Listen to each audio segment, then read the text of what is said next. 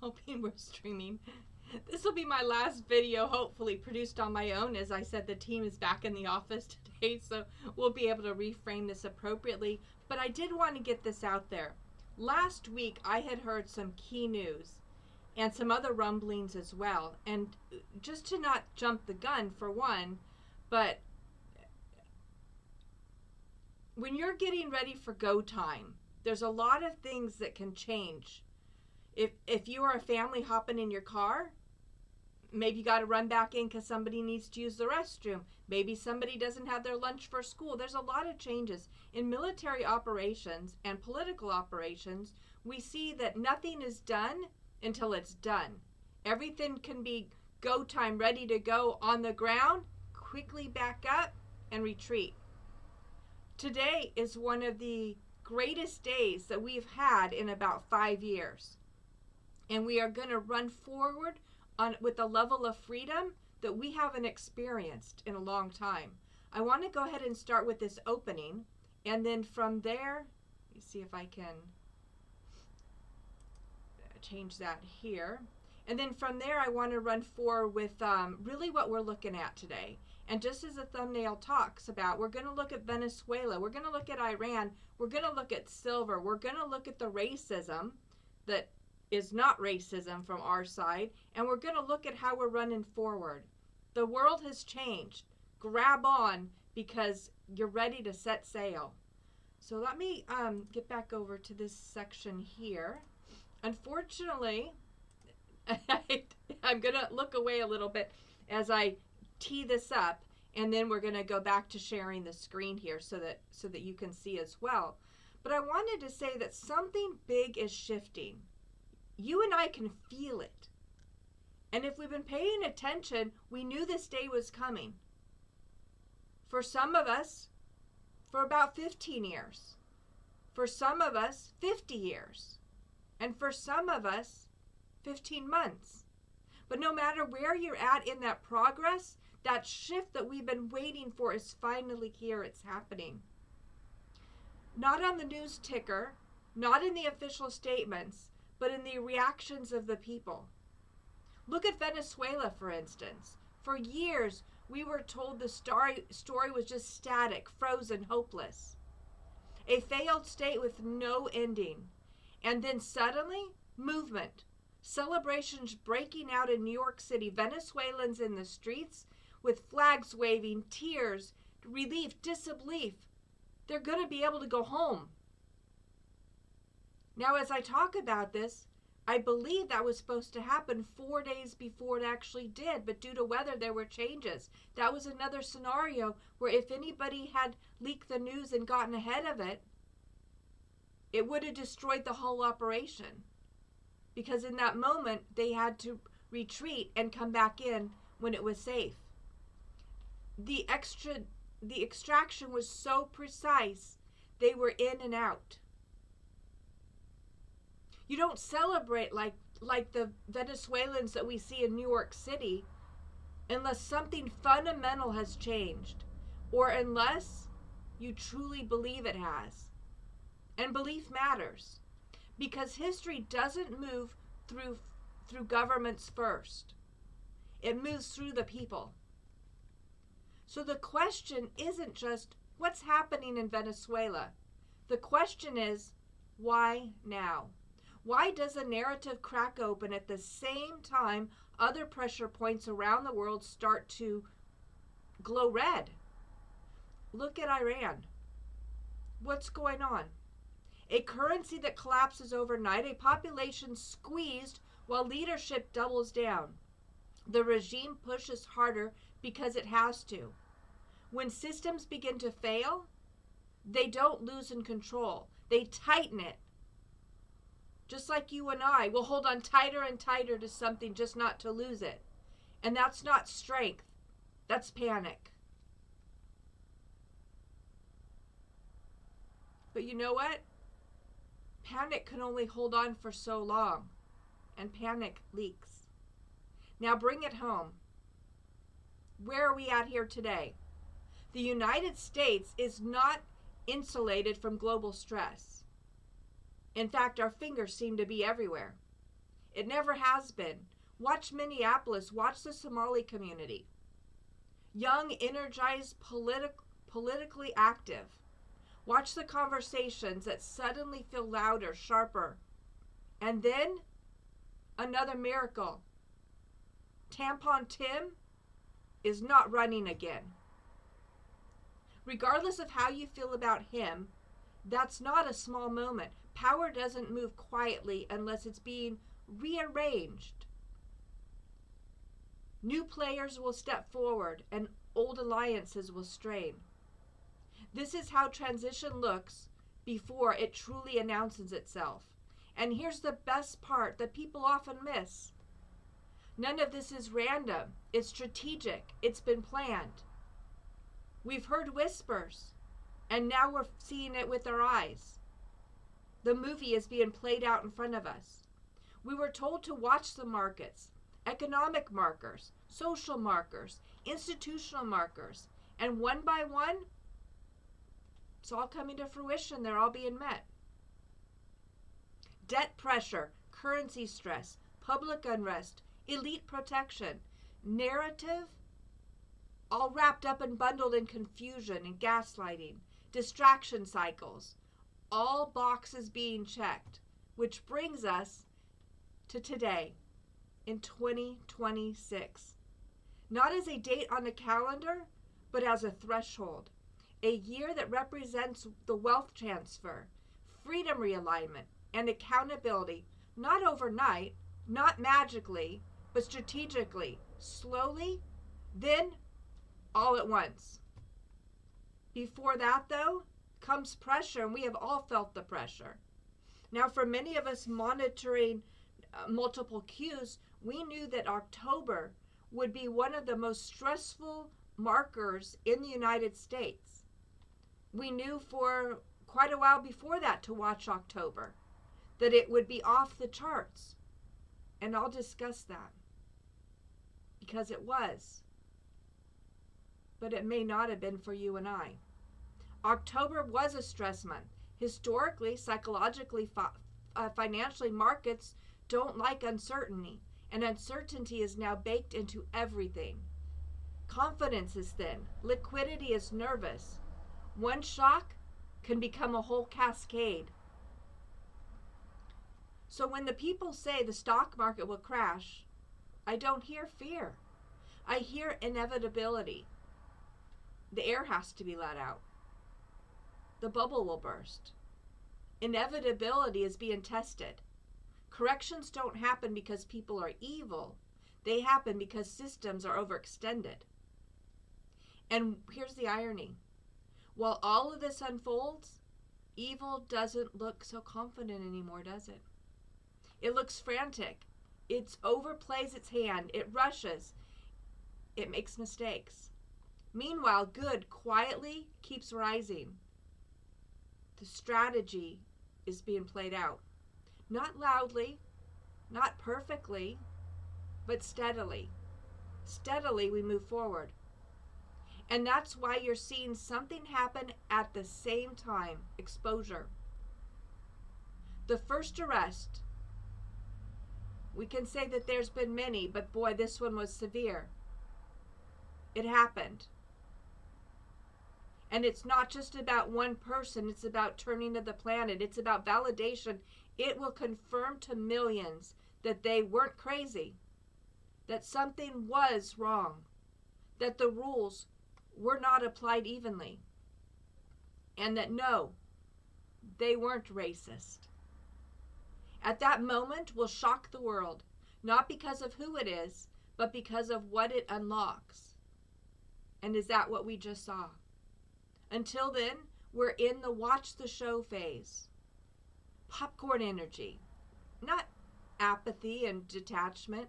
The understanding that when systems collapse under their own weight, forcing outcomes only makes it worse. Sometimes the smartest move is to step back and let the truth surface on its own.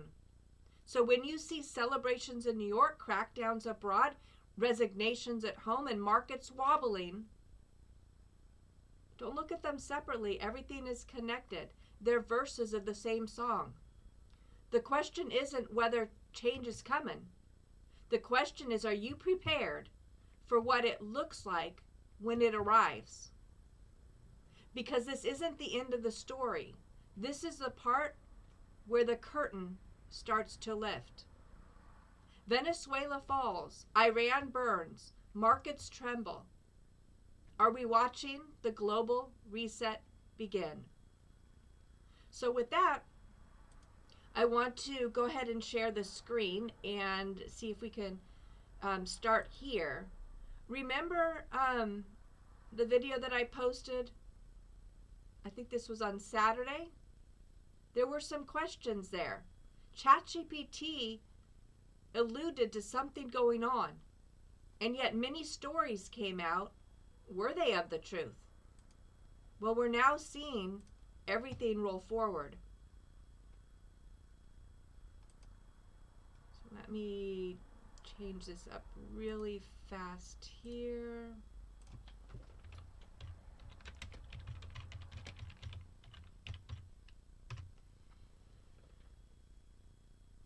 Okay, so let me start back over here with this one and see if this will share. Okay, I'm hoping you can see that. I don't have my other screens up yet, so we'll get that going so I can see more of what you're seeing. But I'm going to click through some of these images that I've already pulled. So I showed this the other day. This man, by whatever blessing, is standing for freedom. There's a lot of individuals who are whispering, a lot of individuals who are throwing swords. And yeah, what we look at, oh, you know what? There was, let me see if I can even pull that up right now.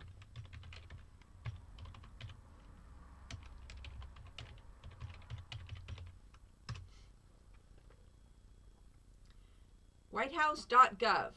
Wins and achievements. I think it's worth spending a moment here before we run forward. December, manufacturing returns, trade improvement, and tougher border enforcement. Foreign policy, economy, border, law and order, MAHA, energy, and other. With MAHA, they signed support for patients and communities. Reauthorization Act, substance use prevention, treatment, and recovery. For those of you who heard an earlier video, when my son went in for surgery, they required opioids. And when I said no wasn't good enough, I was told it would be a violation of their Hippocratic oath if they didn't administer opioids to my child. We were persuasive. They opted to violate their Hippocratic oath, apparently. And the House has launched their own TikTok account. In November, AI investment surge and fentanyl precursor ban. Remember all the attacks around that and the boats? And now they've ripped the weasel out of the hole? This is really interesting to spend time on and go through. October, peace accords and stock records at an all-time high. Shrinking bureaucracy. September, global stage and domestic rivals. MAHA, $70 billion Pfizer U.S. investment, lowest drug price for Medicaid. They're negotiating the contracts. They're not just giving them away. August, 200 days of renewal. Economy, 8 trade deals finalized covering half the global GDP. Security, 90% drop in southwest border encounters, year over year. Louisiana lockup detention facility opened, and D.C. crackdown yielded, look at how many arrests. We're coming back. We're going to find freedom again. July, 6-month milestone. $9 billion rescissions package passed. Honda Toyota battery procurement shifted to the U.S. Border security, 29 cartel bosses. 29 major organizations. These are the accomplishments that we the people have had as we voted in an effective leader. Somebody who can negotiate, someone who gets stuff done, and someone, whether they have a smile on their face or gold in their pocket, they truly care about the American people.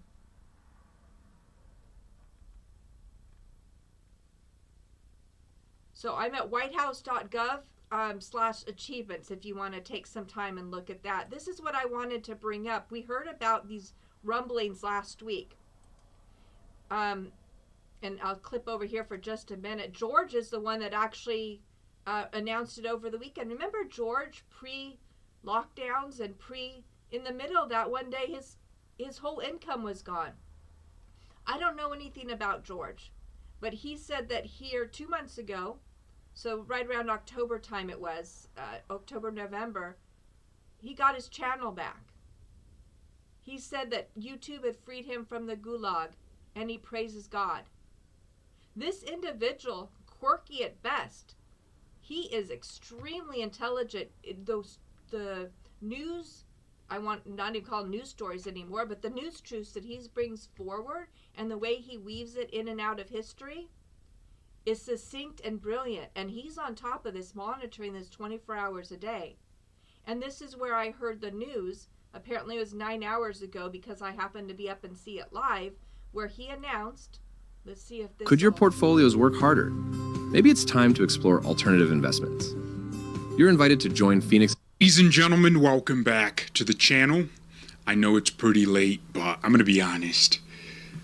You guys don't care, because it seems like you're up 24/7 like me. You're Batman, nocturnal animals. We're up at night. We are bats on this channel, okay?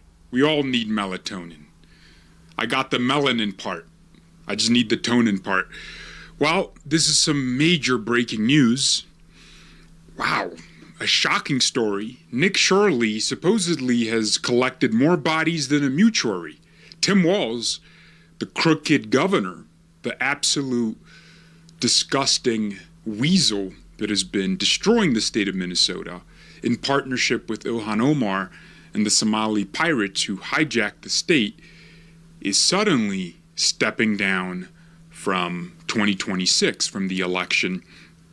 Walz declared that he was going to run for a third term a few months ago.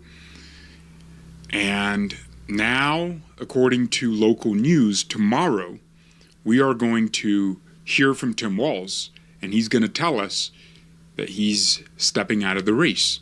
Yin Yang, the witch is dead. Remember, this was the brainchild of the Democratic National Party. As they suddenly realized that their front-running horse was not breathing anymore, they pulled Kamala in, and Obama, in all his wisdom, tapped the white man in order to back her. This mockery needs to stop.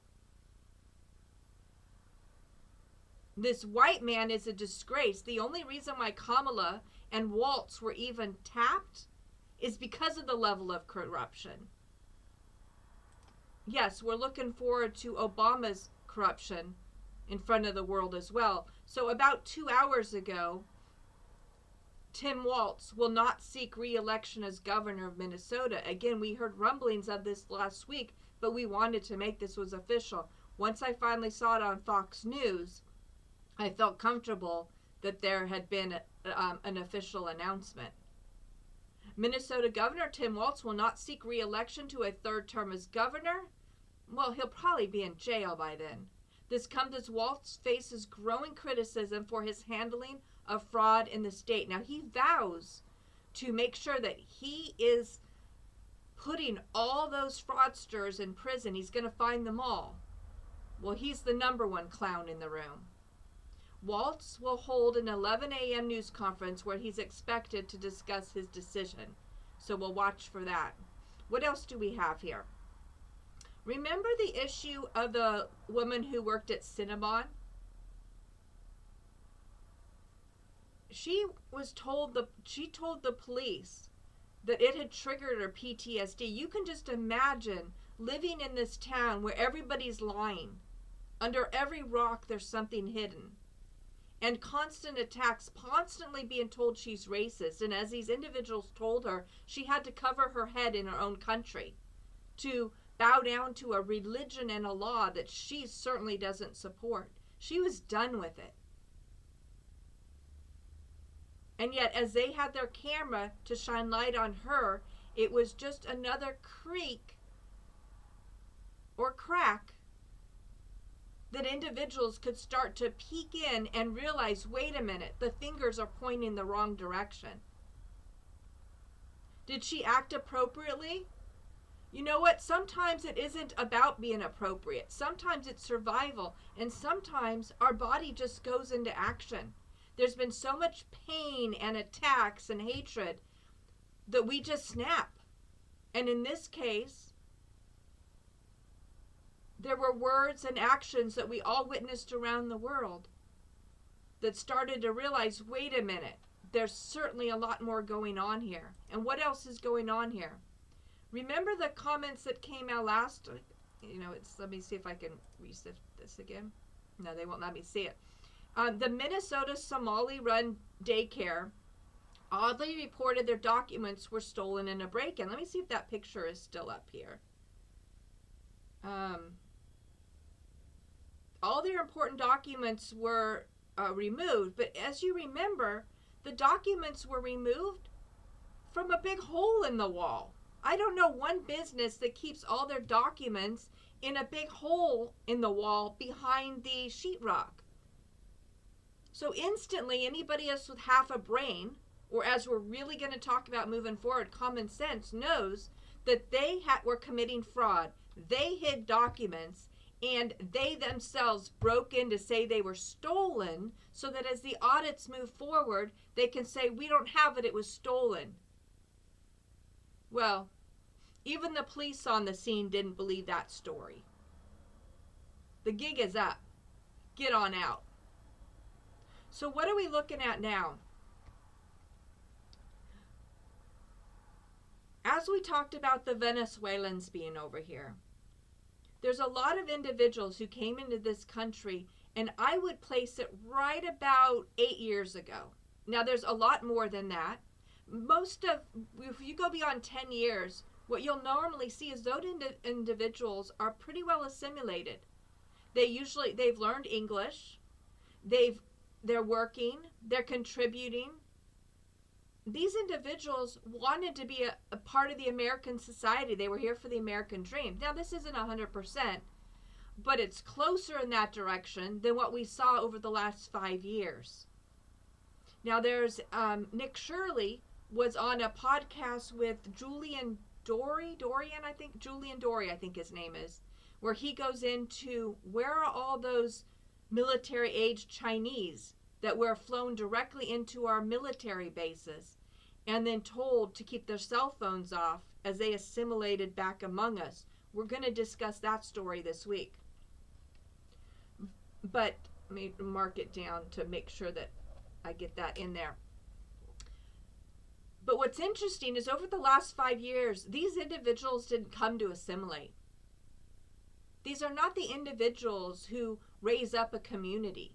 These are the individuals who had no qualms about breaking the law, going into a country that they said they were invited into when they fully well knew that our company was captured.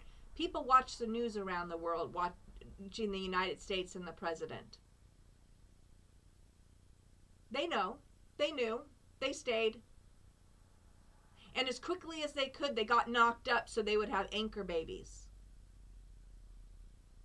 And yet, who's the bad man? The president that says that, no, we're not going to have that scam anymore?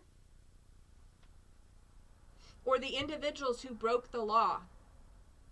No, they didn't just risk everything because they're good people and they wanted to add into society. They broke the law. So along that thread, we've got a lot of Iranians in this country. Iranians that came over 30, 40 years ago. They were forced out of their country and they can't go back. They're now political activists, if they've even spoken out.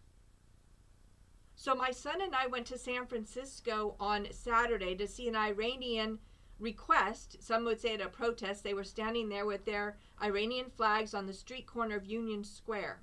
And there's two parts to this conversation. We went up and my son just asked questions. We held the flag with them. This wasn't a Ukrainian moment. This was the people of Iran saying to our government, as they have for decades, do not give any more funding to the Iranian regime. Let the Iranian people take care of this themselves.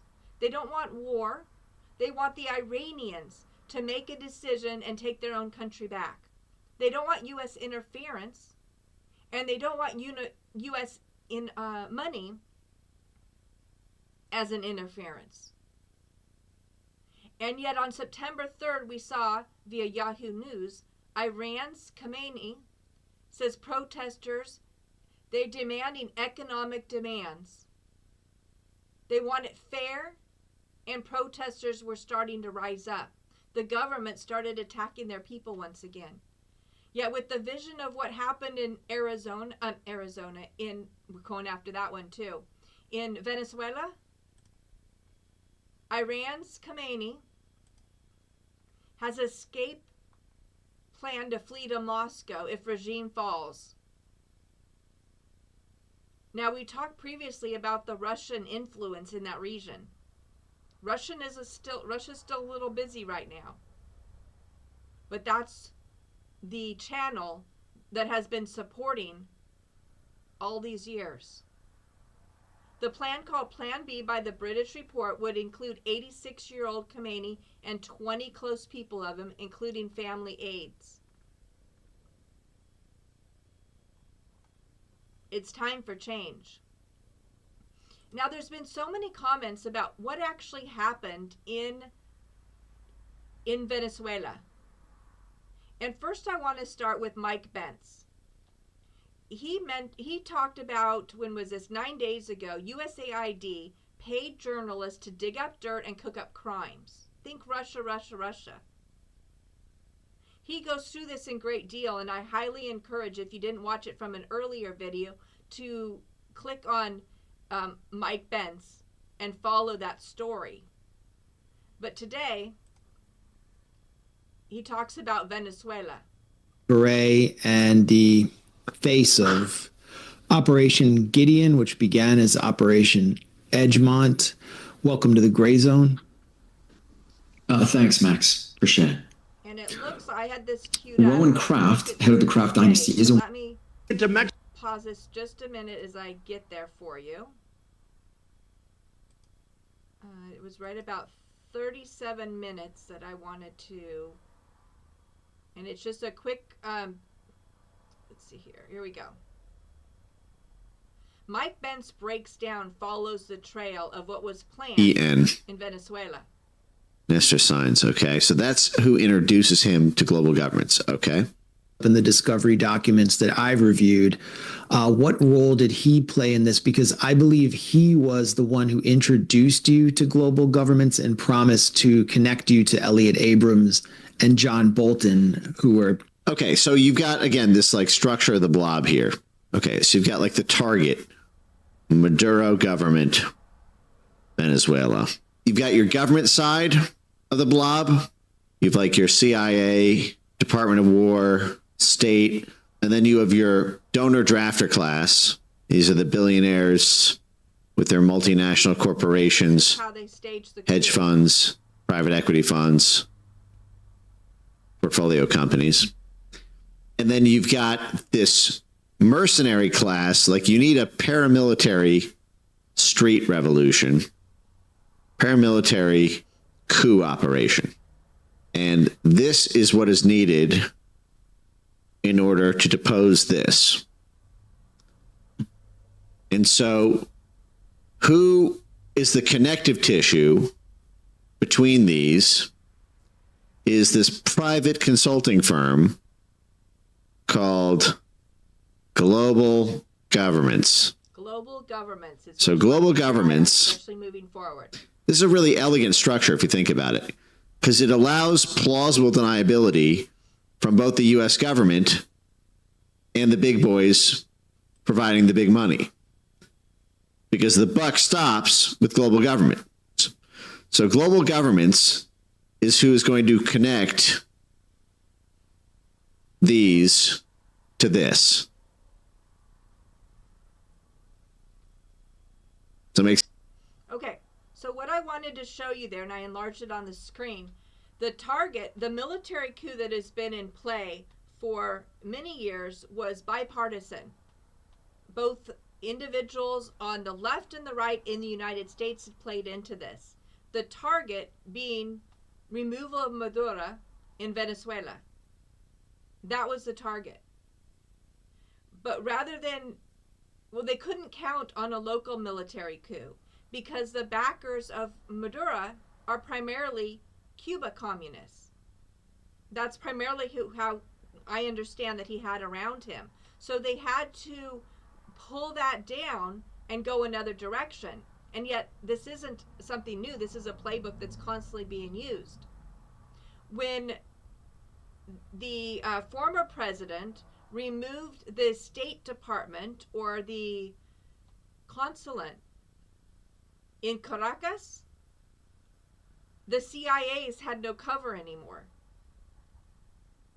And this was something that Mike Pence jokes about, that at the only government in the United States that hasn't been overthrown is the U.S. government. And the reason it has not been overthrown is because there's no U.S. consulate there. Consulates around the world have a foothold, and everybody knows they're run through the intelligence agencies. They come and go as journalists. They house themselves. They cover. There's a lot that goes on in those consulates. And in fact, when I lived in South America, I was told the one place I should never go was the consulate. Don't let them know that I'm there. Now with different passport controls, it's clearly where Americans are and the movement. But that didn't quite make sense to me at the time. And so what Mike is showing here is, again, the target was Venezuela. The CIA, or the intelligence agencies, wanted to overthrow that government for their own goals. And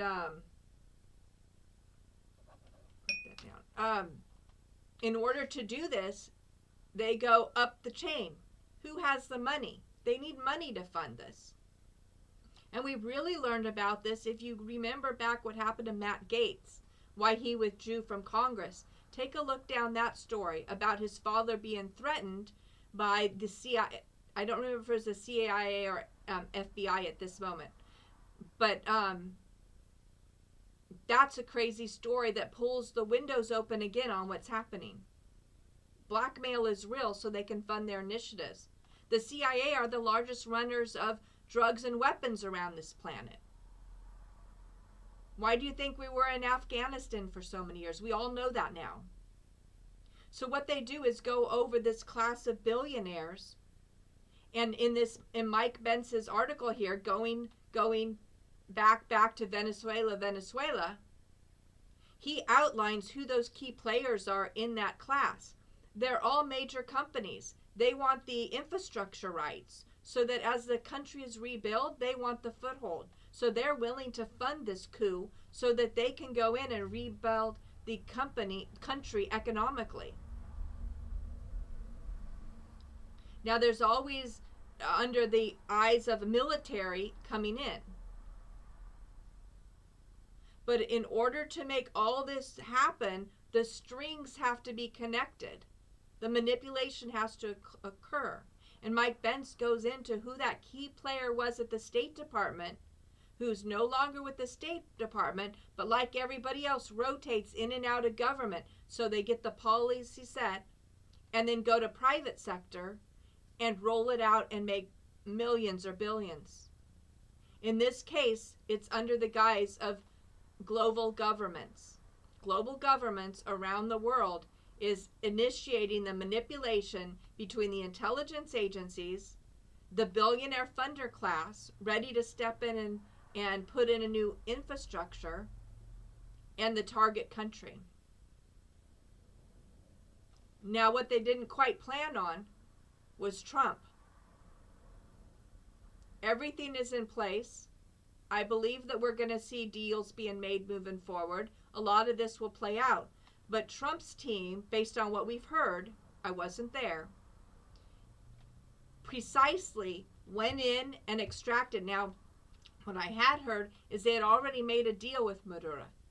escape and save face, and this is what we heard about. It turns out that may or may not been part of this. It turns out that he may not have seen value in the deal. We'll see how this moves forward. But we were told that he was read his Miranda rights. He was treated quite fairly on the plane. And now he's in the Southern District of New York, which we keep hearing come up over and over again, to wait a fair trial. We'll see how that plays out. Let me share this again here if I can get back over here. So that's Mike Bentz. I highly recommend, if that's something of interest to you, to look at those 2 videos that I showed you there. Okay. Now, I talked about, actually, let me come back here a minute before I go on to that next one. I talked about 2 parts to San Francisco. While we were standing there in the Union Square area, they were starting to break down the Christmas tree. They had a big crane in there taking it apart, and they had the ice rink up, and somebody was being wheeled out in a neck brace. The ice, these rinks, well, it is what it is. But my son and I decided to walk around a little bit, and I stopped a police officer that was monitoring the Apple store. Because as I looked around, it was rather clean. And all the businesses that we said were gone, there were some openings, some covered windows, but for the most part, it looked safe. There were a lot of people in the area. This was a Saturday, and business was open. It wasn't at all what we had seen on the news a few years ago of the riots and people in masks breaking windows and attacking people, and that's gone. And so I asked the officer, what's different? And wow, did I get a lesson here. Under the previous mayor, she didn't know how to play ball. Everybody running for office wants to get into the next office, so they always have their eye on something else. She didn't make it. She made it through being mayor and didn't get reelected anywhere else, which is very odd after we saw the messes Kamala had made and where she got to as vice president of the United States. It shows the level of manipulation that an individual is willing to participate in. But she wasn't firm on crime. London Breed didn't make deals. She didn't know how. She got voted in as more of a socialist local after, I believe that was right after the former mayor had a sudden CIA heart attack in the Safeway. There could have been somebody in between there. But San Francisco is a main city. Now, under London Breed, during lockdowns, we saw that it was too dangerous to travel to San Francisco. You could not stay in any of their hotels.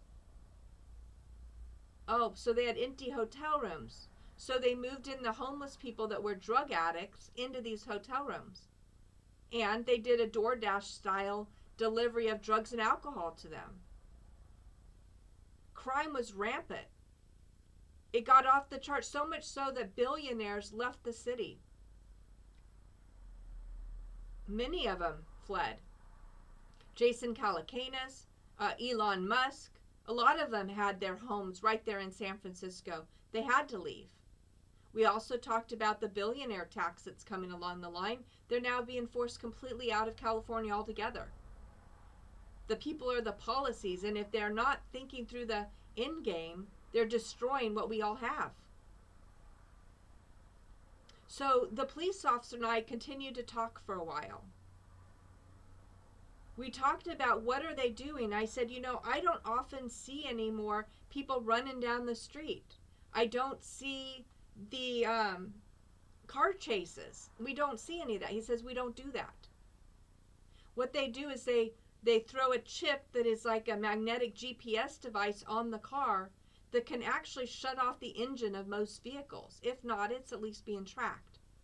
And they usually wait until the cars get just outside the city to a safe area for the police to grab them, not in the main areas where there's lots of people, there's traffic, there's narrow roads, they wait till safety zones. They also have devices that they can put on the tires. And these devices will puncture the tires, but they can be timed. So once again, the car gets outside the realms of the city, or at least the downtown area, and then the tires go flat. We also talk quite a bit about drone technology, that the San Francisco Police Department uses an immense amount of drones. San Jose Police Department has been touting their drone program, which goes another level and use infrared. So if somebody is hiding under a staircase, the infrared on the drone can see that there's a body down there and then identify whether or not there's weapons to further protect the police. But how much is this protecting you and I? We've lost a lot of more rights and privileges as these plans have been enacted. As I'm going down to meet with the congressman and the mayor today to stand up for a woman in her mid-80s who was in her home. Somebody had filed an affidavit of death saying that she died. They foreclosed on her home, sold it to somebody else. These crooks that knew what was going on went with the police to have her removed from her home and then beat her up. But what's interesting, and this is part of why I was in San Francisco, was I was trying to figure out, where is the mugshot? Why is there no arrest record? She had to hire a bail bondsman in order to get herself out. Where is that record? And how is it that the case in the San Jose, according to the research the San Francisco Police Department did on the San Jose Police Department, who was refusing to give us any data whatsoever, they saw the case was actually dismissed before I went to court with this woman to get it dismissed, her criminal charges. Where are the files? How much privacy do we have, and who's actually pulling the strings? The corruption is going to get blown wide open too in 2026. Overseas is part of the show. It's all going to get ripped out and cleaned in the United States as well.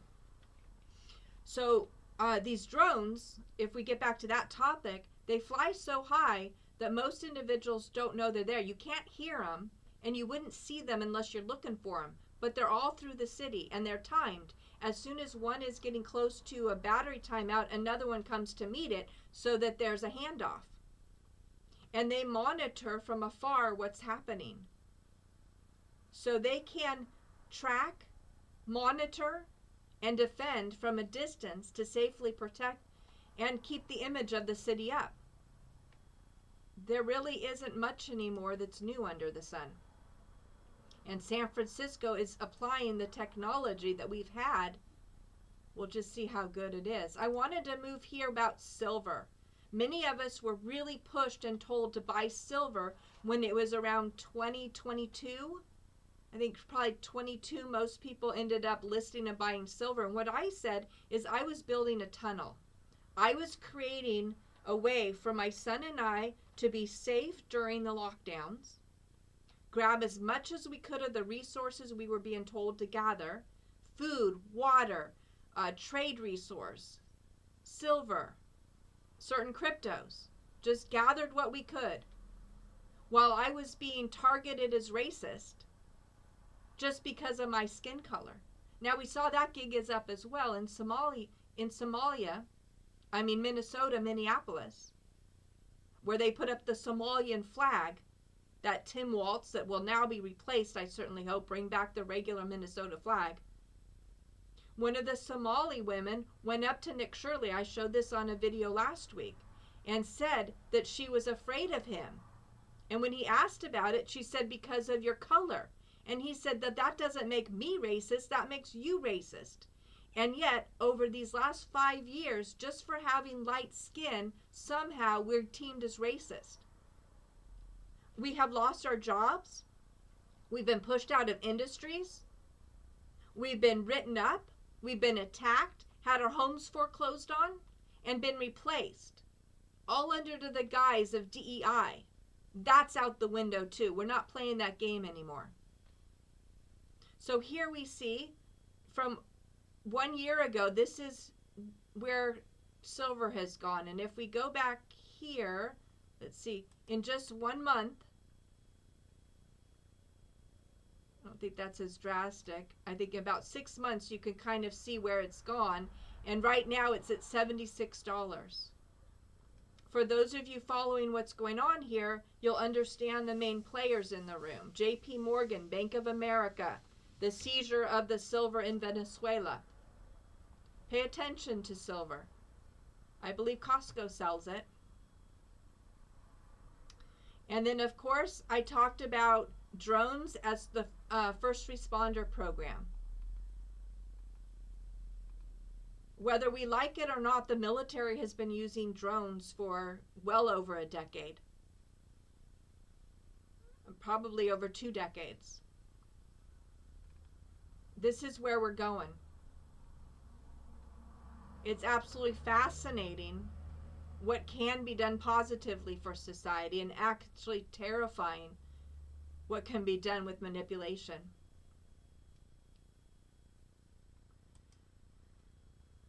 So as I close, I wanted to really have us celebrate and look at where we are today. We've come across so many changes. There's so many wonderful things that we're seeing. Now, as I talked about, many of us were told back in October to be fearful, that the energy levels would be higher than anywhere else in the world. But somehow that wasn't for people like you and I. As we saw, people were terrified. We were seeing protests and uproars, people hiding in their homes. They were literally afraid to come out. They didn't want to send their children to school. Many ended up fleeing the country. The fear and the rivalry was lighting the fire of those who came here illegally. They were terrified their families would be ripped apart. It's not fair to the children, but somebody made that decision, and it wasn't me, and it wasn't our president, our current president. And so those people were living in fear. We saw the protests around the different federal buildings and ICE centers, the attacks. That was a major uproar in this country of people fighting for people that were criminals that they wanted to stay here. And yes, as soon as they stepped over the border, they had broken a law. Whether we want to go down the pathway of civil or criminal or misdemeanor, they'd broken one law, and the subsequent laws that ended up taking money out of our pockets, taking a small group of individuals in one country and taking all the tax money they possibly could from them in order to give to unwelcome guests. That train ride is stopped. And yet October had massive peaks in energy over that. And now what's going to happen in 2026? Let freedom ring.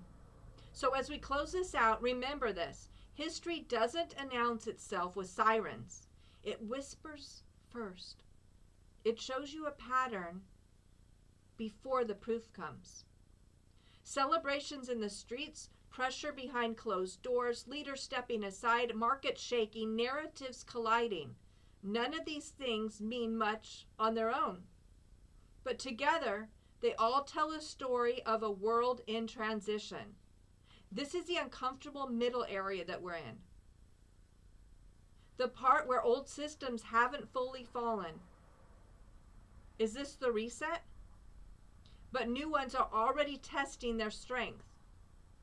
Where evil looks louder because it's losing leverages, it's going to hold on stronger. And good looks quieter because we no longer need permission. October may test people as it did, emotionally, financially, psychologically, but pressure doesn't just break things, it reveals them. And what's being revealed now isn't chaos. It's imbalance correcting itself. 2026 isn't a promise, it's a direction. Wealth, freedom, accountability, Those aren't just handed out. They emerge when enough people are ready to stop pretending nothing is wrong. We can finally come together with common sense and declare that everything is wrong and we're done with this game. So don't panic. Don't rush. Don't get pulled into every headline. Watch. Maybe wait. Observe. Stay grounded. And yes, be discriminatory. Apply discernment. Use common sense.